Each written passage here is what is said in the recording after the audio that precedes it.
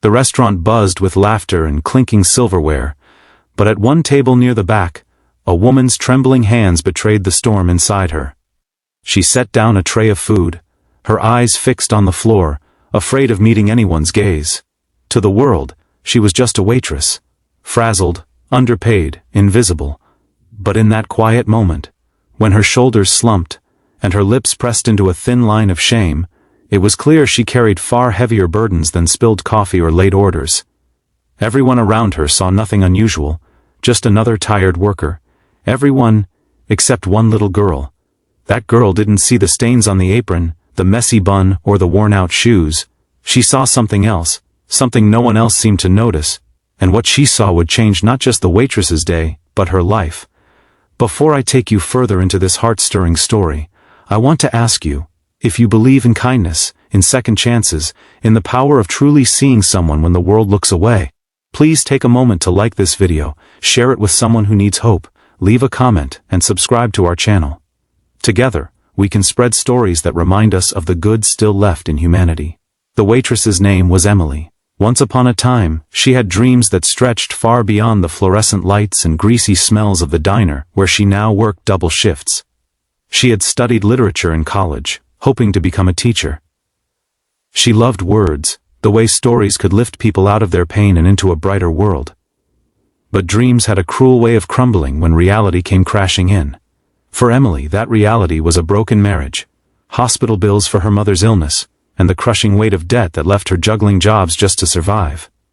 At the diner, the customers rarely noticed her name tag. They snapped their fingers impatiently when refills were late. They muttered under their breath if she got an order wrong. She learned to apologize more than she spoke, her smile stretched thin until her cheeks ached. At night, when she finally collapsed in her small apartment, she would scroll through job postings, her heart heavy with the thought that maybe this was all her life would ever be. On that particular Friday evening, the diner was packed. Families filled the booths, couples leaned close over milkshakes, and the air smelled of fries and coffee. Emily had been on her feet for 10 hours straight. She tried to keep her voice steady, but inside she was unraveling. Earlier that morning she had received a letter from the bank, a final warning about overdue payments. If she couldn't catch up soon, she would lose her apartment. The thought of being homeless, of sleeping in her car while still working 12-hour shifts, terrified her. When she reached the booth in the corner where a young couple and their little daughter sat, she was already fighting back tears. She greeted them softly, her voice barely above a whisper, and set down their plates. The mother thanked her politely, the father barely looked up. Emily forced a nod, then turned quickly, eyes on the floor. She didn't want anyone to see the wetness gathering in her eyes or the way her shoulders shook under the weight of her hidden despair. But the little girl saw. Her name was Lily, just 8 years old, with big brown eyes full of curiosity and an innocence that hadn't yet been dulled by the world. She watched the waitress walk away, her gaze lingering not on the food, but on the woman who seemed so sad. Lily noticed how Emily's hands trembled as she carried plates, how her smile seemed pasted on, how her head hung as if she wanted to disappear. And in the quiet, childlike way that only children can, she whispered to her mother, "She looks like she needs a hug." The words tugged at her mother's heart, but before she could respond, Emily returned with extra napkins. This time, Lily looked straight at her and smiled wide, the kind of smile that carried warmth and honesty. Emily, startled, met the girl's eyes. For the first time that day, someone was really looking at her, not through her, not past her, but at her. Emily's throat tightened. She wanted to speak, to thank the little girl for that simple kindness, but her voice caught. Instead, she quickly turned and walked away, ashamed of her own tears. Throughout the meal, Lily kept watching her. And when the family finished eating, Lily did something unexpected. She reached into her tiny backpack, pulled out a folded piece of paper, and scribbled something with a purple crayon she carried everywhere. When her parents left the tip on the table, Lily placed her note beside it and smiled knowingly. Emily returned to clear the plates. She lifted the tip money with trembling fingers, grateful for even the smallest gesture. But then she saw the crayon note. She opened it slowly, her breath catching as she read the shaky handwriting. "Oh, you're doing a good job. Don't be sad. You are important." For Emily, the diner noise faded into silence. Her chest ached with a rush of emotion she hadn't felt in so long. Tears spilled freely now, but these were different. They weren't just of exhaustion or despair. They were tears of being seen, of being reminded that she still mattered. She tucked the note into her apron pocket as if it were made of gold.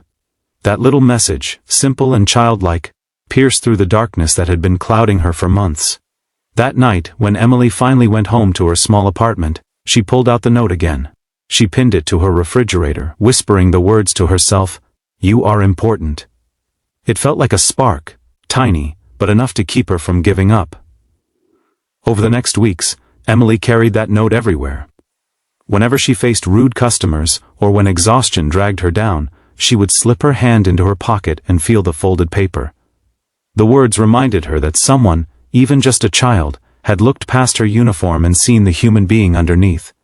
It was that small shift of hope that gave her courage to try again. Emily began applying for teaching positions once more. She attended interviews, her heart pounding, her doubts screaming, but she pushed through because she held on to those words, "You are important." Months later, Emily received a call that changed everything. A local community school was looking for a literature teacher. They had seen her passion and determination in the interview. They offered her the job. The first day she walked into that classroom, her heart swelled with gratitude. She looked at the rows of students waiting for her, and remembered the little girl who had given her the strength to keep going. And when she introduced herself, she told them not just her name, but her belief, that every single person in the room mattered, that no one was invisible, no one unworthy of kindness. Years passed, but Emily never forgot Lily. She still had the note, worn and faded, framed on her desk at the school. It reminded her daily of the power of a small act of kindness, of how a simple sentence from a child could rescue someone from the edge of despair. And one day, as fate would have it, Emily saw Lily again. She was older now, a teenager, walking into the very school where Emily taught. Their eyes met in the hallway, and though Lily didn't recognize her right away, Emily knew instantly. Later, when Emily told her the story, Lily's eyes filled with tears. She hadn't known that her crayon message had saved someone's life, but Emily hugged her tightly and whispered, "On you gave me back my hope." Sometimes the world teaches us to look away, to rush past people without noticing their quiet battles, but children remind us of something greater. They remind us to see, to care, to believe in the power of kindness, no matter how small. Emily's story is proof that one little act, one gentle word, can change the course of someone's life. If this story touched your heart, if it reminded you of the importance of kindness, and seeing people for who they truly are, please take a moment now to like this video, share it with someone who might need hope today, and subscribe to our channel for more real emotional stories that inspire. And before we close, I have one special request for you. Drop a comment below telling us, when was the last time a small act of kindness made a big difference in your life? Your story might inspire someone else the way Lily inspired Emily, because in the end, it's not always the grand gestures that change lives. Sometimes, it's the little girl with a crayon, reminding us that we are important.